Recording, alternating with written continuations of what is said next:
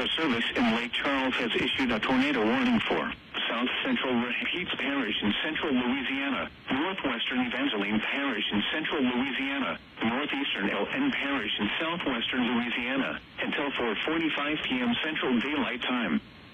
At 4:21 p.m. Central Daylight Time, a severe thunderstorm capable of producing a tornado was located over Elizabeth, moving northeast at 30 miles per hour. Hazard, tornado and ping pong ball size hail. Source, radar indicated rotation.